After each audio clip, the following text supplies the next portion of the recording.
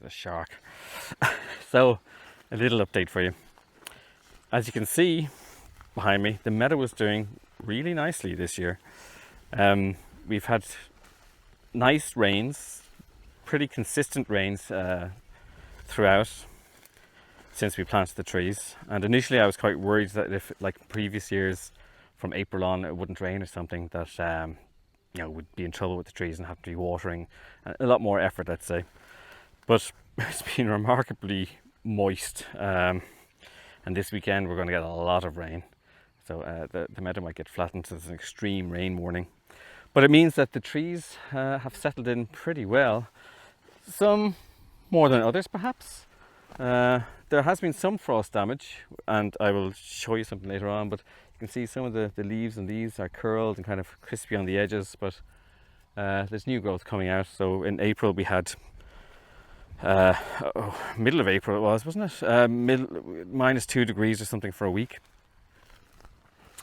And I think that was kind of catastrophic for at least one tree, I think. First I thought maybe it was because it just didn't like being moved.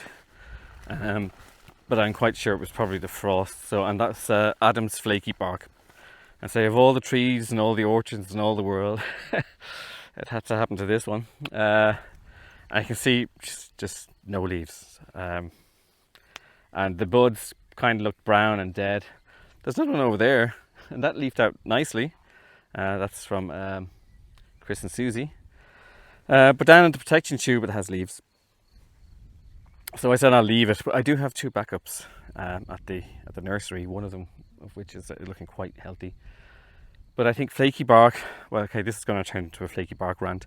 I think flaky bark is just, if something's going to happen, it's going to happen to flaky bark. We had leaf blister mite in the orchard, or in the nursery last year, and they started on the flaky bark, and all the leaves turned black. And I thought, shit, and that's the only time I sprayed with an organic spray, because then it just started spreading through. But it was the flaky bark that first got hit.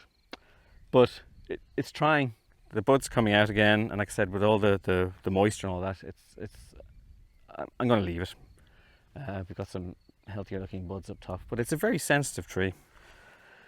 The only other slight disaster we had, the only other tree that suffered from something, and that was the gin pear, sponsored by Barry Walsh from Killahora Orchards. Again, typical. And the gin pear, this got eaten.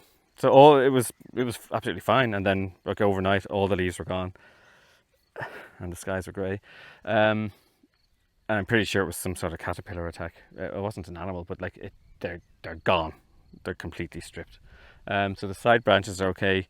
I'm going to leave them. Normally I would have taken them off. I'm glad I left them because it's allowing it to photosynthesize and create some energy. But what I'll probably do is I'll probably cap that, encourage another bud to grow for a new leader, because it's also leaning a little bit, and when I'm satisfied, then I can take off the side branches. It's a theme with a lot of the trees here. Some of them are, like you saw the flaky bark there, a lot of them are still kind of whips, so it means they're just one stem. Some have branched very nicely, so I need to do a little bit of work to encourage more branching. So we kind of want them just above head height for a full standard kind of tree. They say 1.80 meters around here by law. I don't mind if the branching is lower, and what you can do is do a little scar cut just above a bud, and that will encourage it to basically throw out a branch or a new shoot at that side, and then it'll have more structure, let's say. It won't be just going straight up. So yeah, that's kind of your update. I said the meadow looking really good. It's in the white phase, I said. There's clover, there's salvia, the oxeye daisy was already mentioned, a couple of other things, but I remember last year the white phase was over, and then it came into it like a purple phase. So I'm excited to see how it develops. But the main thing is I would like the grass to develop so that there's proper ground cover. Still a lot of bare earth. That end, this end has more grass. But some really, it's very pretty here.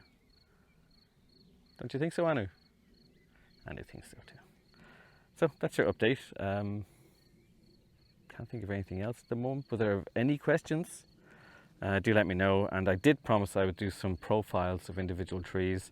I was waiting to make sure they survive before I start putting things on maps and sending certificates and that type of thing. But they will come.